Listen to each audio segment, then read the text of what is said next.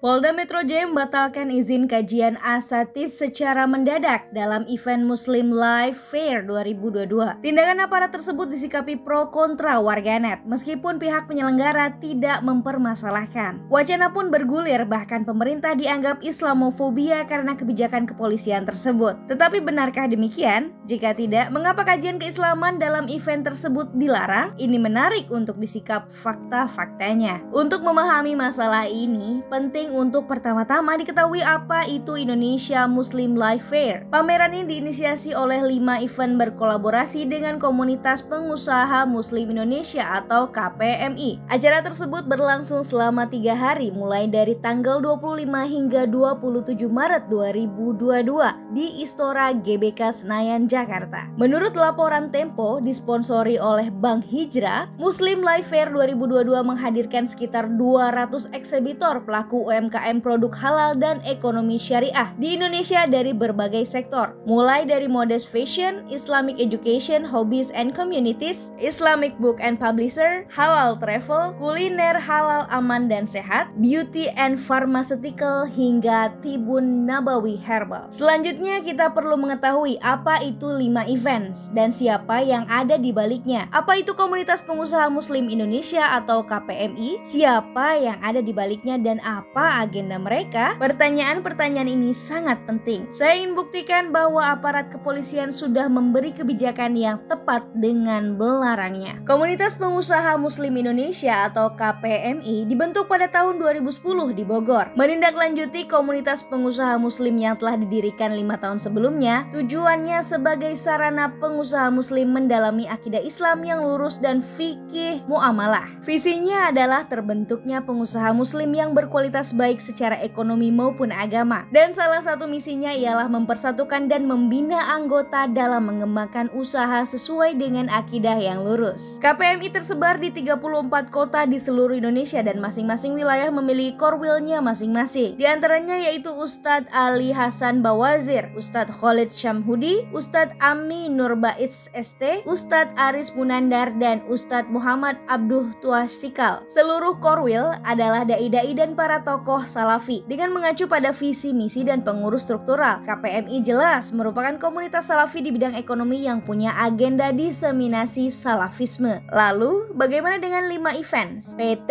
5 Event Indonesia merupakan perusahaan profesional Islamic Exhibition Organizer yang dibentuk pada tahun 2019.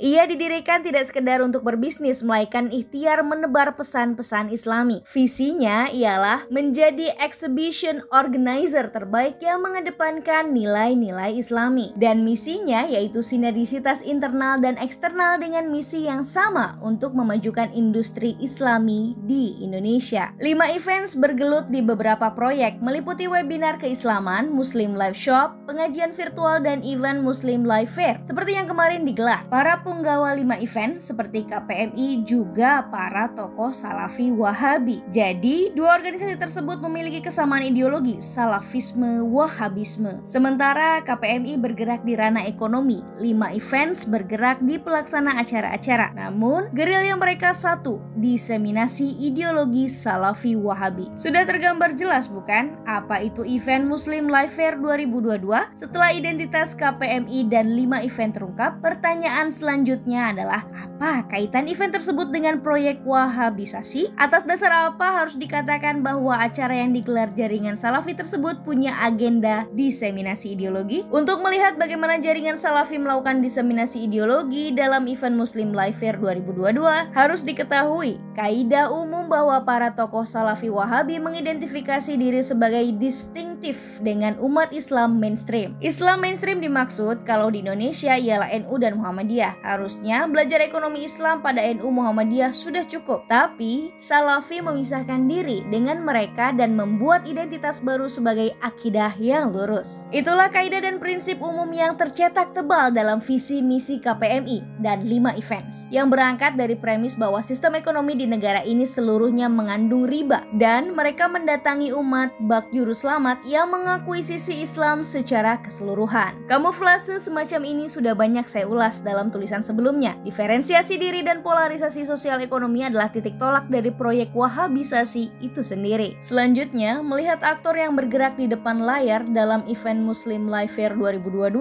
akan semakin memperjelas fakta-faktanya. Ada 8 ustadz yang rencananya mengisi kajian kemarin, yakni Ustadz Khalid Basalamah, Ustadz Syafiq Riza Basalamah, Ustadz Lufi Abdul Jabbar, Ustadz Muhammad Arifin Badri, Ustadz Subhan Bawazir, Ustadz Amin Nurbaits, Ustadz Muhammad Nuzul Dikri, dan Ustadz Muhammad Abdul Tuasikal. Semuanya para dai salafi. Proyek wahabisasi dalam event sengaja menjadikan ekonomi umat sebagai umpan. Analoginya sederhana. Jika NU mengadakan event, para pengurusnya juga akan mempromosikan gagasan NU. Misalnya tentang wasatiyah Islam. Jika Muhammadiyah menggelar event, para tokohnya juga akan berbicara tentang kebangsaan. Jika salafi menggelar event, adalah mustahil jika event tersebut tidak digunakan untuk mempromosikan gagasan besar mereka. Gagasan besar mereka tentu saja adalah doktrin-doktrin ideologis Wahabi seperti tauhid, akidah yang lurus, dan secara umum kemurnian Islam. Ustadz Amin Nurbaits, salah satu dai yang direncanakan akan mengisi kajian dalam event kemarin, yang juga merupakan Dewan Pembina Pengusaha Muslim, menulis artikel di website KPMI berjudul "Tanamkan Akidah yang Benar Agar Ringan Meninggalkan yang Haram", yang mempertegas posisi ideologisnya. Ustadz Khalid dan Syafiq Riza Basalamah yang juga rencana tampil kemarin adalah dai salafi yang gigih. Tidak ada yang menyangkal fakta ini. Ustadz Subhan Bawazir dan Muhammad Abdul Tuasikal, siapa yang tidak mengenal keduanya? 8 dai salafi yang direncanakan tampil pada event Muslim Live Fair 2022